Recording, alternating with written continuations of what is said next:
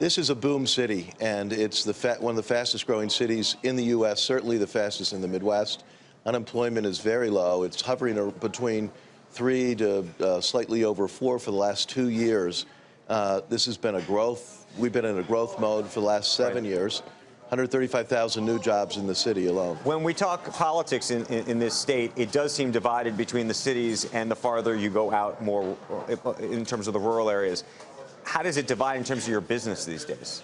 Well, we are located throughout the state. We have the most branches in the state, and we're in all of the metro areas as well as most of the rural areas. Right. Single biggest economic issue politically for the state? I mean, in terms of the way you think ultimately the state is going to vote. People say they're voting with their wallet. How do they measure it? I think tax policy is the single biggest business issue for the state. And the goal being to lower taxes, I imagine. But are we talking on an individual basis? Are we talking on a corporate basis? What are you thinking? Well, I answered in the context of business. It would be corporate tax rates. But I suspect that would be true personally. We've heard Donald Trump has provided a relatively comprehensive tax policy for corporations. We've heard at least what he plans to do. We have not heard from Hillary Clinton. How do you judge exactly those two? Well, I think there's still so much time between now and the election.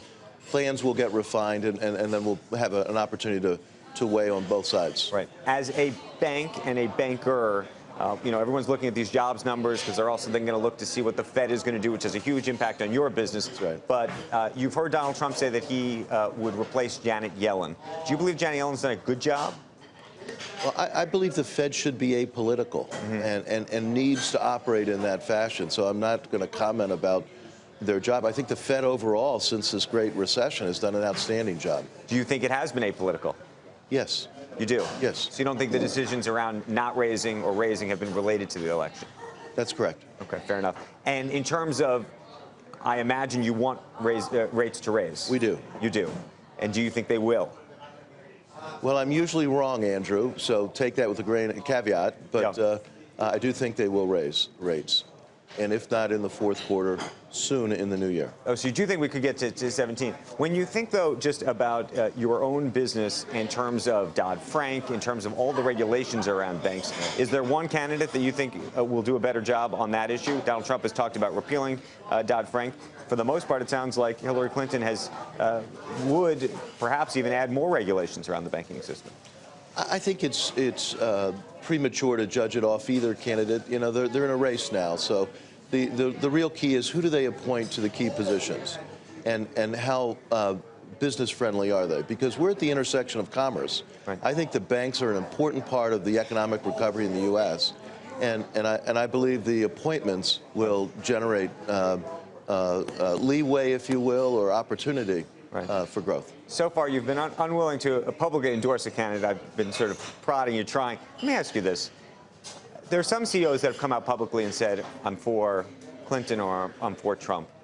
And then there are other CEOs who often say, and usually they whisper and they say, Andrew, I can't tell you because if I have customers on both sides, it's such a polarizing election, it's going to be a problem. How do you feel about that this time around? Is it different this time around? I don't think so. You know, public CEOs, we have a responsibility to meet our customer expectations, and we have customers on both sides of this equation. The nearest corollary I would provide to you is, look what's happened in Ohio in the last 7 years. Now, John Kasich came in with a plan. The governor's done a great job. We went from a 9% unemployment rate to hovering around 5 or less. We've had great growth, not just in Columbus, but throughout the state.